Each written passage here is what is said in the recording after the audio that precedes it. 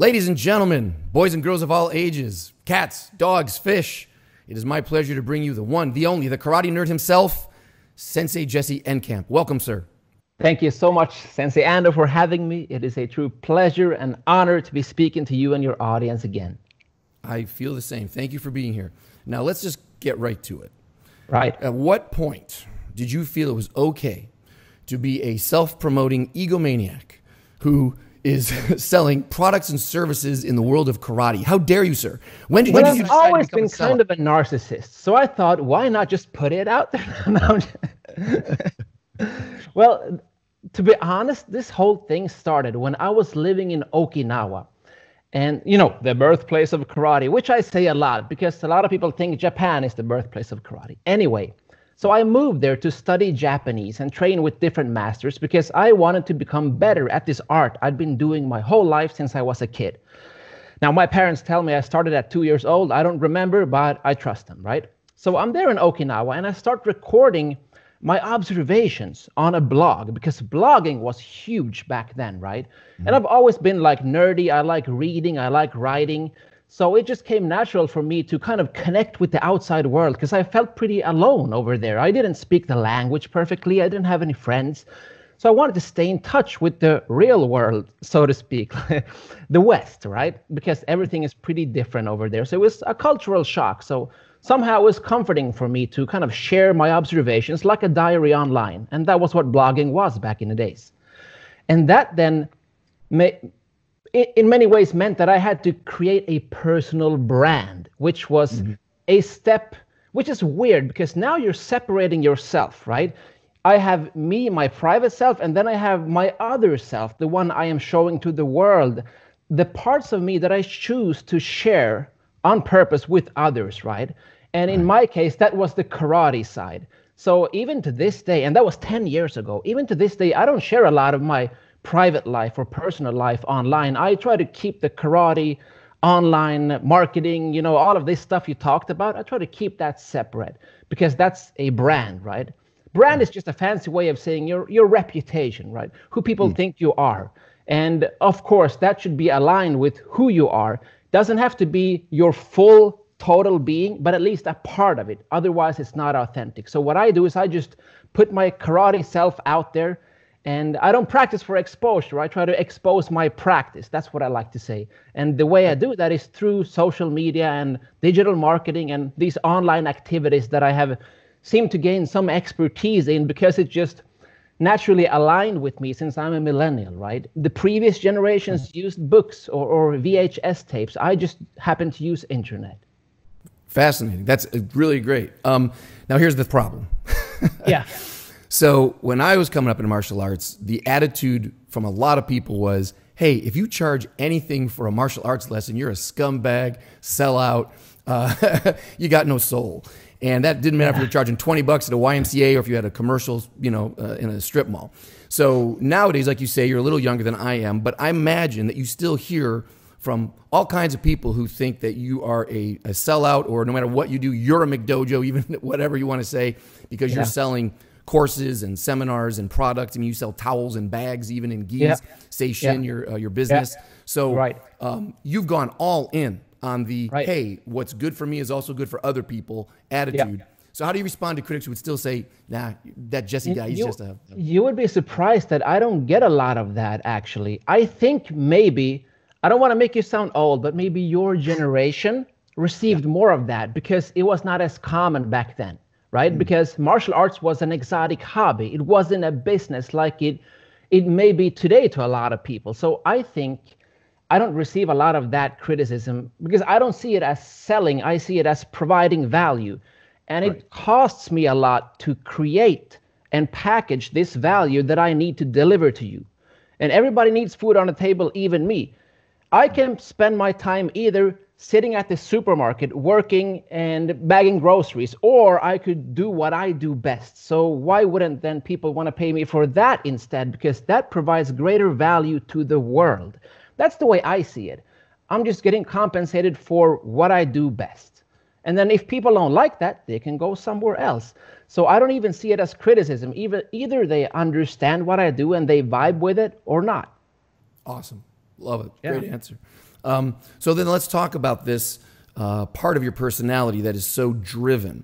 It seems clearly, tell me if I'm wrong, you're a fighter. And people may not give you credit for that because they say, oh, it's karate, he's got the gi on, and they don't see like your brother like in a cage. Most people think, oh, that's a fighter. But they don't understand the fight that it takes to get up every morning, stay motivated, keep trying to provide value. You're on social media all the time. You're making videos all the time. The fact that you go build businesses and extra seminars. I'm like, wow, he's doing that too. It's amazing.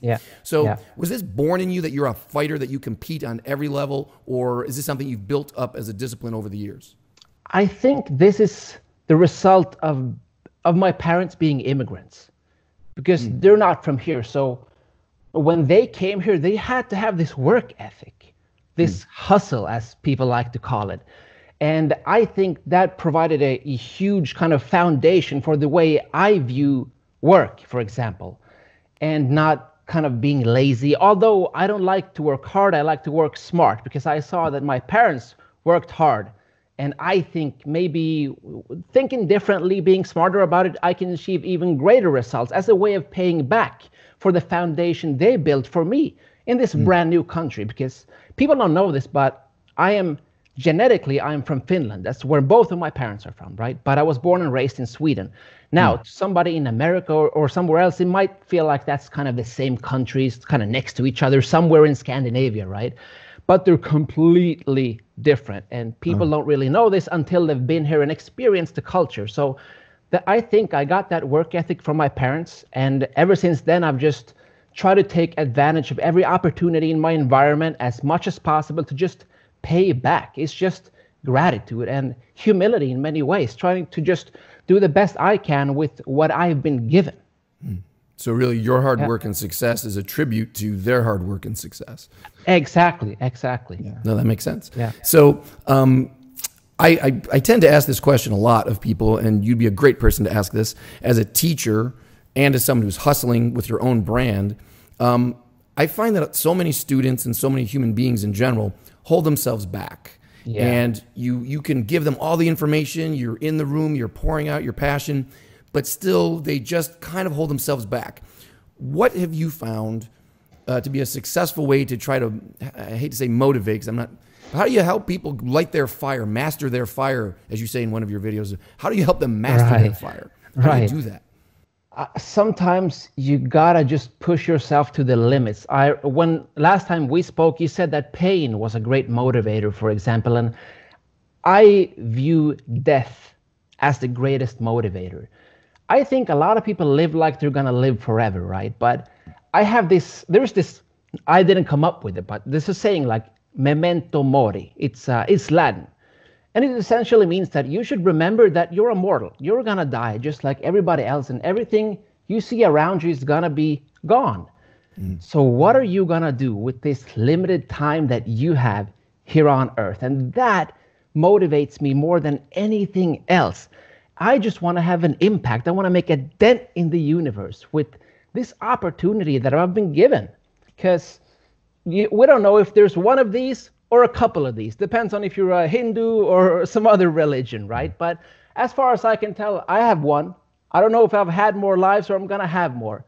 But what I think is I have this one, and I just wanna make it matter. That is all. So death is what motivates me. Now, when I tell that to people, there are two responses. Either they get depressed because they think, oh my God, I'm gonna die. There is no point in doing anything. Might as well go hang myself right now. Or they go the opposite way, which is what I do. It motivates me. It sparks that fire under my ass. It makes me want to do something with this one life that we have. And if you do it right, maybe one is enough. Excellent. So you motivate other people by putting them in a chokehold, letting them get close to death, and then giving them their life back, like in Fight Club, and say, okay, now go live. This is your teaching method. No, actually, I try to use other words or methods to kind of make them get to this realization. And usually they have to get to this conclusion on their own, because you can only bring a horse to water, but you can't make it drink, right? So that's why I prefer to lead by example. I never tell anybody what to do or how to do it. I just show them what I do and why I do it. And hopefully that can then inspire them to do the best they can with their lives.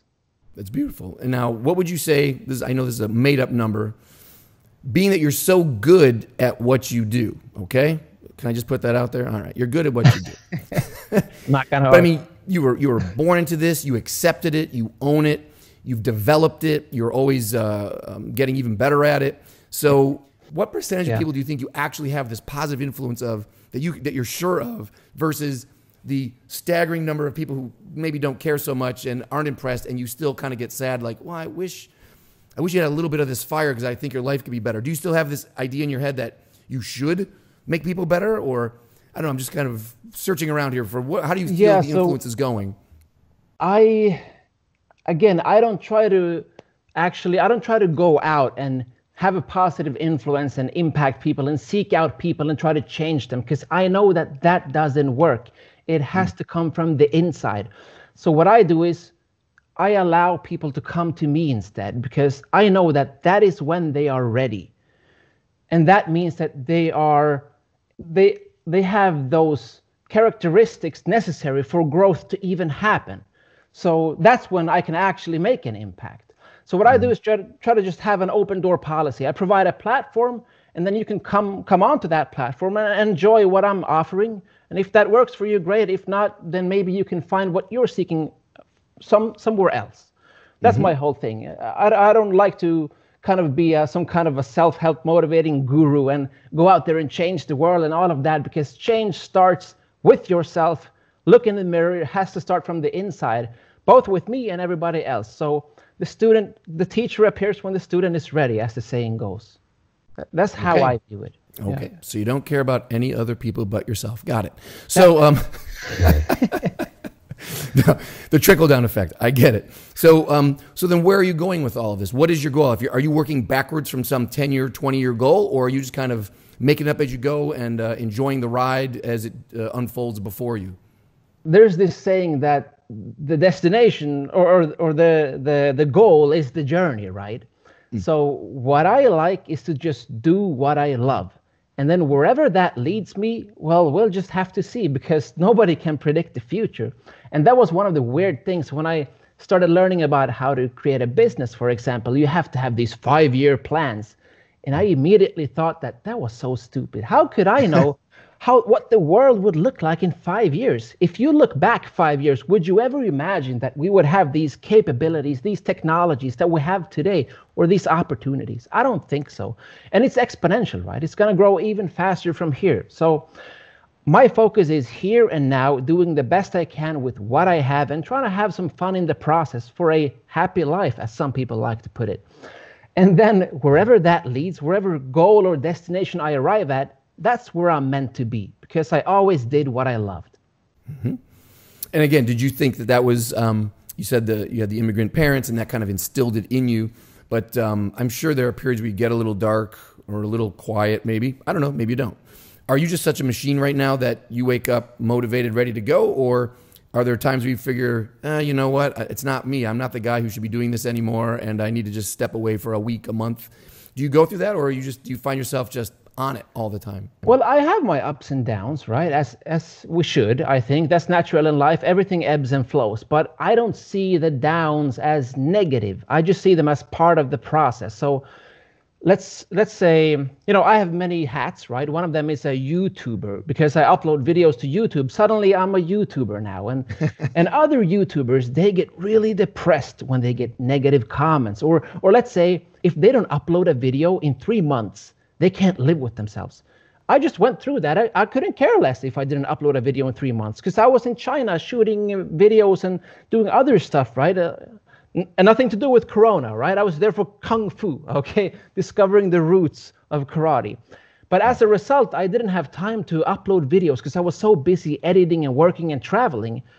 And it didn't bother me at all, right? So other people would see that as something negative, as a kind of a peaks and valleys, in their productivity. But to me, it wasn't a problem, because I always have so many different projects going on that if one of them fails or I have a setback or something, then I can always focus on something else. And that's my trick, to kind of not putting all my eggs in one basket, because then if that Titanic ship sinks, then man, you're in deep trouble, right? So also, this is a byproduct of being very creative. I love doing many different things. And I don't worry about being a jack of all trades and a master of none, because I know that I'm going to do this for 80 years, right? So I'm going to get not great at everything, but at least good. And that's fine with me. Awesome. Yeah, I think Billy Joel, the singer, songwriter, said something about that. His success was simply that he just kept showing up.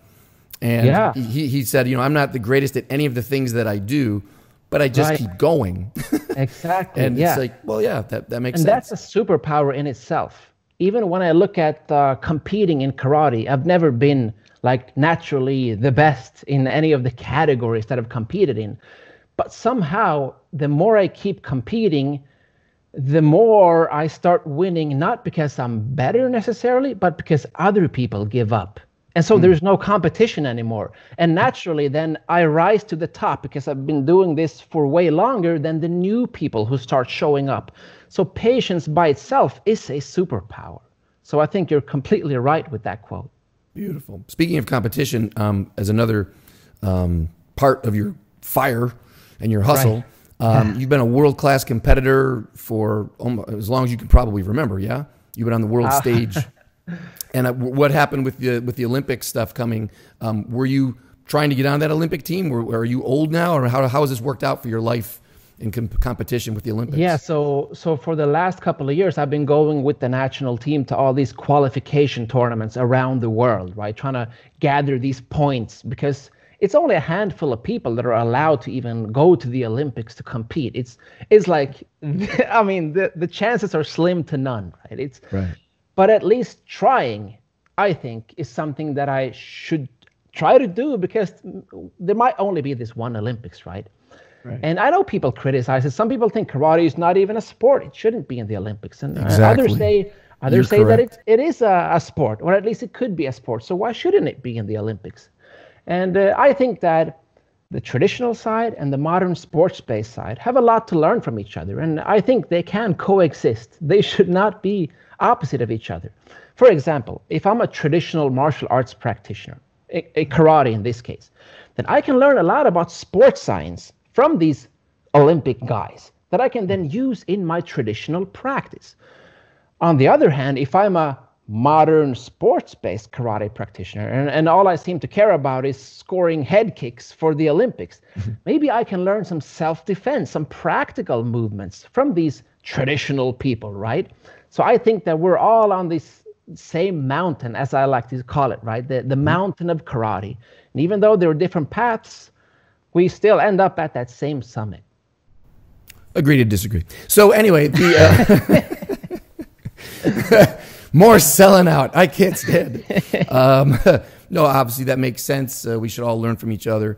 Although this idea about being the jack of all trades, this interests me, because I think the last time we spoke, when we were, or one of your videos also, I'm getting a little confused because I'm old. It's hard. You said something about hard to pick one thing or one style to really dig down deep into, because there's so much value in everything. Yeah. So as a practitioner of martial arts, again, not having all of your eggs in one basket, technique-wise. I mean, obviously there's a pro and con to everything. So at this point in your life, you still feel having irons in lots of different fires and exploring all styles and looking at everything is still beneficial, as opposed to what some people would say, like, no, take one kata and that's your kata for life and drill down into that. You still believe in a very open door policy with your own learning as well. Yeah, and maybe that's because this is my way of life. I've never had to worry about doing other stuff. I've been able to do karate 24/7. I had that privilege because my parents worked for that. I grew up in my family's martial arts center. I never had to worry about getting food on the table, for example. I could just devote my time and my attention to the martial arts. But if somebody just practices karate 2 times a week, then that might be overwhelming. I can't speak for them. Maybe they should stick to Goju Ryu or whatever style or martial art they practice. If you do that, let's say 2 times a week, and that's like 90-minute classes or whatever people do, that's 3 hours a week. It's not a lot. So maybe one style is enough. And maybe in 20 years, they try some Brazilian Jiu-Jitsu when their back start hurting from all those deep stances or whatever. I don't know. I'm just going to go ahead and say that that's not the way I do it due to my circumstances and experience.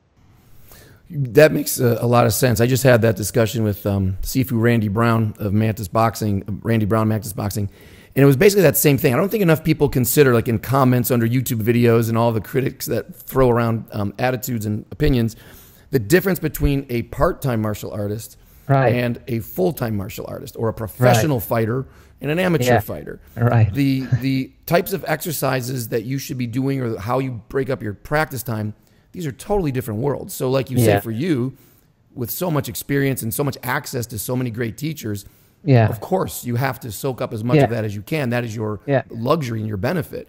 But for someone else who's holding down a full-time job and has a family, and this is only something they can do 2 or 3 times a week, or a little bit in the morning, that's a totally different list of priorities that you have to have, and a totally different set of goals. So I think, we agree on that for sure.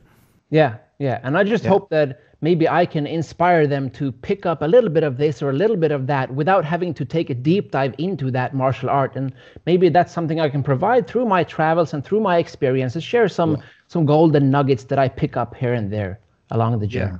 Yeah, you mentioned that when we spoke last time too, that where I have no problem making videos that are simplistic and very simple, you feel it's your duty, because you've had such access to so many great teachers in multiple countries, great coaches, I mean, on every level, world-class people, that you feel it's your duty to kind of share these nuggets with people. Because maybe that, for that one person who's trying to dig down deep into that one little style, in part-time way, that one little nugget that you just happen to bring up changes their whole training system. Yeah, exactly. So before I let you go, if that's okay, you've been very generous with your time. Thank you very much. Yeah, no problem. Being that you've seen so many teachers, and that series in China was absolutely hypnotic. I loved every minute of that. That was fantastic. I sat there, instead of watching it double speed, I watched that one at half speed. Just with your ramen noodles, right? With all of the teachers that you've seen and all the teachers you've worked with, which one has really, or if you don't want to have one, I get it, or which piece of advice or which teacher has had the greatest influence on you, someone that you just can't get out of your head, someone who's haunting you, whether their face or their attitude, their energy, their advice? Is there one or two that you could pick out that was the biggest gold nugget that you ever dug up? Ooh, well, there are so many, and they all influenced me in different ways. But if you want me to pick the biggest one, then it would have to be, again, my parents, because it's the first impression. And I think it's so important that you start off with a good instructor, because those habits, they're going to be with you they're going to become your backbone of your martial arts journey. And it's so hard to change old habits. In fact, it's easier to pick up new habits than to change old habits. So if you start in the wrong end, then maybe it would be better for you to try to actually change martial art than to try to fix your bad martial art, so to speak. So I would have to say it's my parents, because they provided that foundation. They taught me since I was a kid, and they're still active to this day. And what I do is I try to just carry that with me as I then go out and learn different things from different people and try to relate that to what I already know. And the reason I practice with other people is so I can improve what I already practice, not because I want to go somewhere else and try something different for the sake of doing something else. But I want to see, I don't just want to collect the dots, I want to connect the dots. Above all, that's what I try to do. And then I share what I learn. That's a great phrase. Hey, did everyone write that one down? Connect the dots, not collect the dots. Look at you. You should be very proud of yourself for that one. Very good. I got to write that down. That was a great one. That's a T-shirt worthy. How about one more question? Is that okay? One more. Yeah, no problem. I always fight for a happy life, blah, blah, blah. Yeah. You seem like a happy guy, or you got a great hair game. Enjoy good burgers once in a while. Actually, right now, I think I need a haircut. It's growing too wild. Oh, no, that's cool. You got you're going down. I'm trying to go up. There's a great yin yang here. I love it. Also, yin yang, red and green, right? Yeah, right. Yeah. Complimentary, huh? Perfect, my friend. Just advice for fighting for a happy life. I do believe it's a fight. Nobody gives you happiness. You fight for it. So for the level of happiness that you have at this point in your life, what is the advice you can give other people? If you could sum that up, you're on your deathbed. You're about to, people listen, it's this one thing. Is there something you can tell us? Do what you love and love what you do, and just follow your heart. because that's all I'm doing. So that's all I can tell you to do. I'm not going to tell you to do something that I wouldn't understand or do myself. And all I do every day from the moment I wake up to the moment I go to bed is karate in many different ways. And the reason is because that's simply what I love to do. And if that's not your thing, do something else. I want a world filled with people who love what they do, whether it's karate, taekwondo, baking cakes, or cooking something. I don't care. Just do something that you want to do. And then the label is less important. That's what I think. How about you? Absolutely. Live from the heart. I absolutely agree with you, sir. Yeah. Well, thank you very much. This has been nice. I know we don't get to talk that often, but when we do, I always enjoy it, and I always hope that we get to do it again. Likewise. So, thank you so much. It was my absolute pleasure. No. Thank you very much, Sensei. Thanks for having me.